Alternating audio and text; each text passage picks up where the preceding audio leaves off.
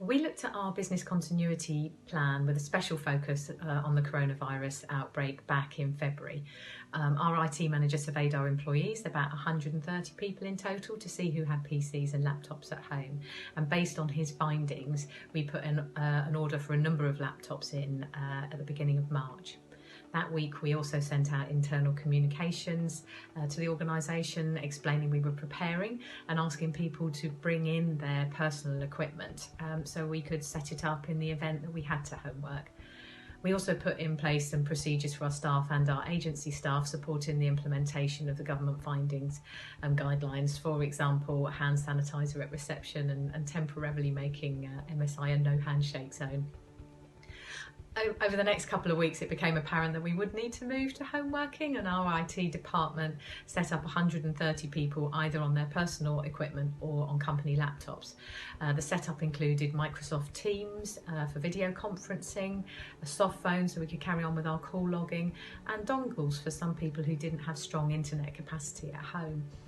By the 20th of March, everyone was set up to work from home, and I set guidelines for effective home working to all employees, which included things like explaining the need to communicate regularly and face-to-face, and 10 top tips, which included things like getting dressed for work, maintaining the social side of work, and asking for help.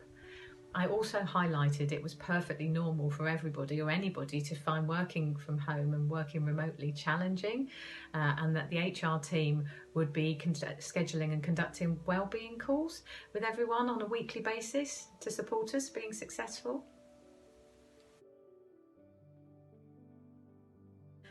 My priority in that first week was to speak to everyone. The reason for these calls was twofold. Firstly, to check that they could work effectively, like their IT was all set up properly, and secondly, to check on their well-being. We explained to everybody that the way we were successfully going to get through this was going to be largely dependent on strong mental health. We've got a diverse workforce with a number of different sorts of challenges, whether that's childcare issues, living on their own, or even just missing the office environment. And it was important for them to know that there was an outlet for them to talk about how they were feeling and to understand that any feelings of doubt were entirely normal. It was also extremely important to communicate effectively. We explained that we were going to be communicating more than usual to limit feelings of isolation. Our advice was, if you would normally get up and speak to someone in the office, then video call them. And we spoke to managers and said to them that they should always video call, unless it was just a quick check that could be done via chat. We train that 55% of our communication is based on body language, so we need to see each other. We set up half-hour video calls during that first week, which the HR team scheduled, and we did speak to everyone. There were around 15 calls that we asked during that first call, but they were asked as part of a conversation. We gave advice and guidance. We demonstrated how to use Microsoft Teams and ensured that the daily team meetings were happening and there was regular management and team contact.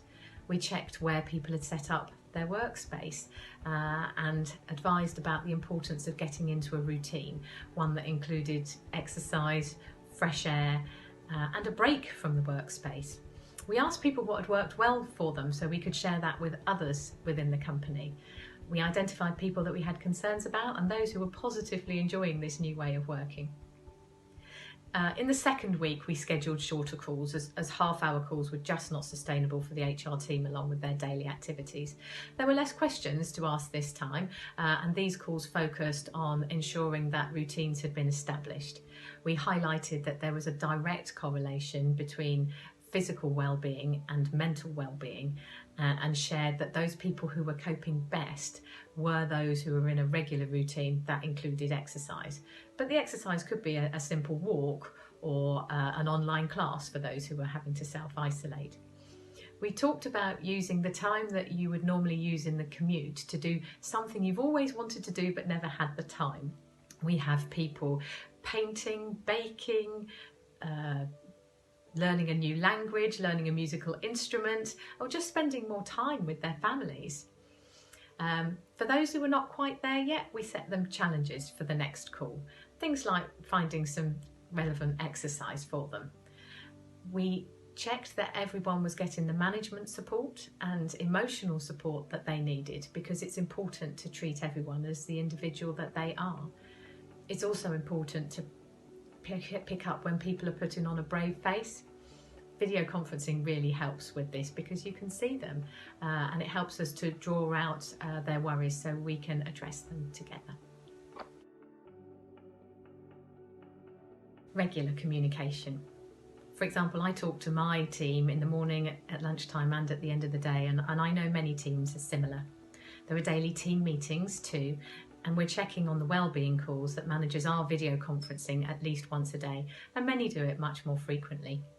Keeping on top of KPIs and targets is critical, and celebrating success, just as we would in the office, is important. Many of our employees are really missing the office environment, so we're trying to recreate it wherever we can. We find this helps motivate people, because it's hard to self-motivate when you're sat in a room at home on your own.